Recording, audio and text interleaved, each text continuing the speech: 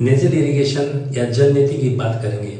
Nasal irrigation means हमें नाक की सफाई करनी है, ठीक है ना। तो एक्चुअली हम नाक की सफाई क्यों करें, इससे फायदे क्या होंगे और ये पानी का यूज क्या है। एक्चुअली नॉर्मल सलाइन वाटर है।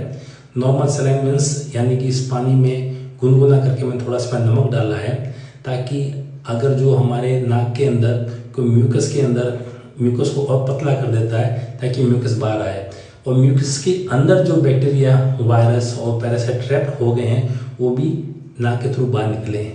तो इस पानी का उपयोग करना बहुत ज़रूरी है। नॉर्मल सलाइन का भी आप यूज़ कर सकते हैं। You can buy the normal saline water also, you can fill it and you can do the same procedure.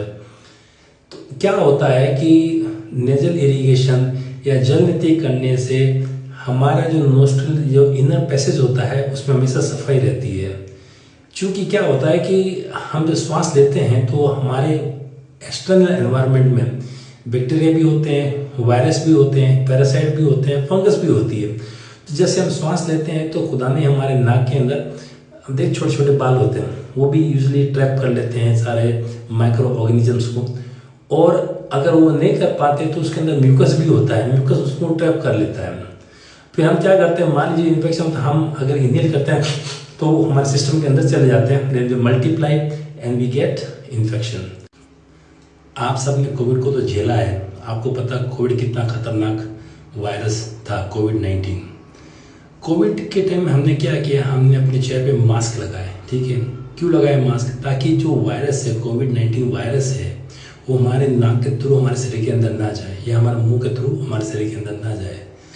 आपने जब भी देखा होगा कि किसी को अगर ट्यूबरकुलोसिस से टीबी होती तो भी हम मास्क लगा के जाते हैं या हम उसको फेस नहीं करना चाहिए, क्योंकि ये ट्यूबरकुलोसिस बैक्टीरिया है और कोविड एक वायरस है।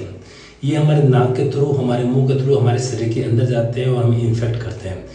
इसीलिए मैं चाहता हूँ कि अगर आपको इन्फेक्शन नहीं हो तो आप जल नीति या नेजल इरिगेशन करें।